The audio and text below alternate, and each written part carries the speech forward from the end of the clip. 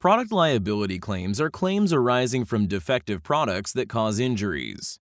Product liability law can be divided into three types of defects: defects in manufacturing, defects in design, and failure to warn consumers of potential dangers in products. A manufacturing defect occurs when a product is manufactured incorrectly as a result of a problem in the manufacturing process. Think of a car which was made with a leaky gas tank. The car would have been safe and performed well if it had been produced properly.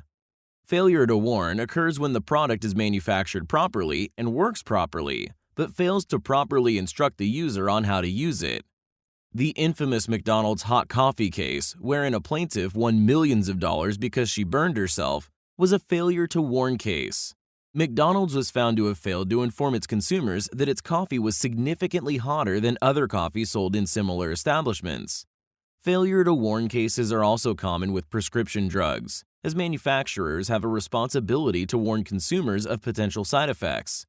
In this presentation, we will discuss design defects. In design defects cases, the product is designed according to the manufacturer's specifications.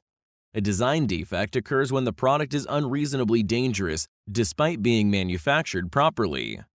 Unlike manufacturing defects, the law cannot determine if a product is defective based on flaws in the manufacturing process or by comparison with properly manufactured products. In these cases, the entire line of products is manufactured uniformly and has the same defect. Consider the recent example of a line of smartphones with batteries that sometimes overheated and could catch fire. The problem was not due to errors in producing the phone, but in the way the battery was designed. It was not a matter of a misshaped component or missing piece, but the thickness of the barrier around the flammable battery.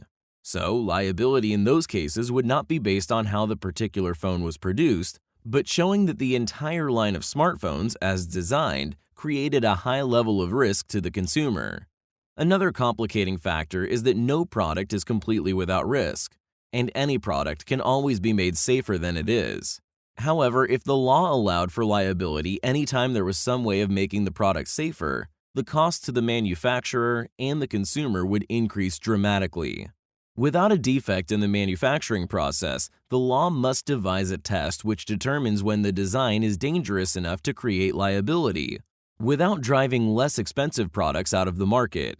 The law has developed a number of ways of dealing with these complexities. One influential approach is from the Third Restatement on Torts, which adopted a risk utility test for cases of design defect.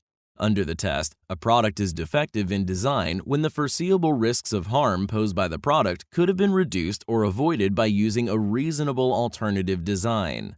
A manufacturer would be liable if the failure to employ an alternative design makes the product not reasonably safe. Determining whether there is a reasonable alternative designed is a complex question and involves economic and technological factors. How can a plaintiff demonstrate that a design is defective and that a reasonable alternative exists? First, he or she must show the risks of the defective product are foreseeable. This means that the risks arise when products are used in ways it is reasonable for the seller to expect. They are not expected to make the product safe for every conceivable way it might be used. So, for example, a company which manufactures leather couches should foresee risks stemming from the support structure of the sofa for people of different weights. However, it would not be reasonably foreseeable to expect people to use a sofa as a place to put a working toaster oven. The sofa company would not be liable if a fire broke out in such a situation, even if they could have made the material fire-resistant and failed to do so. Second, even if the plaintiff can make the case that the risk was foreseeable, it must also be shown that there could be a reasonable design alternative which would not pose the same risk. Note that this does not require the plaintiff to produce a prototype of an alternative product to make the case for liability. Instead, plaintiffs generally bring evidence from similar products on the market produced by other manufacturers. If it can be shown that another company uses an alternative design for the product which does not pose the same risks, this is a strong basis for establishing a safer alternative. The key legal question will often be which products are considered similar enough to serve as a basis for comparison. In Tyson versus General Motors, the plaintiff sustained serious injuries when the roof of a car she was traveling in collapsed after the car crashed and flipped over.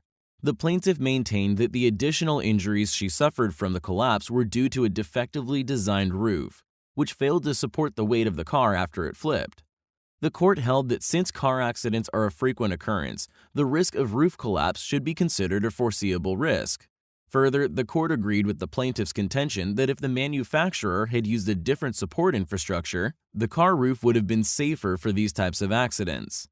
The key question, however, was whether cars of similar type and price range tended to have roofs which are safer than the one involved in the accident. So while certain cars may be safer in cases of flipping over, and others, like convertibles, are less safe, the question of a safer design alternative is determined solely based on the safety features of similar cars. Aside from the reasonable design alternative, the other key element in the risk-utility test is the cost of increasing the safety of a product. Even if safer designs exist, if the cost of including the safety features is exorbitant, manufacturers may not be liable for following the less costly, less safe alternative. In one case, a court held that a manufacturer of bulletproof vests was not liable when a police officer was shot and killed while wearing the vest. The court dismissed the plaintiff's argument that other bulletproof vests on the market, which protected more of the body but were more expensive, meant that there was a reasonable design alternative. Specifically, the judge pointed out that the larger vests were not only more costly, but also bulkier and less flexible. In other words, the feature that made the larger vest safer in one regard could make it less safe and less useful in other conditions. Furthermore, if manufacturers face litigation for failing to include costly safety features, they may decide to only market the safest, most expensive products, limiting the usual trade-offs that consumers make in the course of deciding on a purchase. In our continuation presentation, we will look at other approaches to defective design analyses and at the application of defective design analyses to prescription drugs.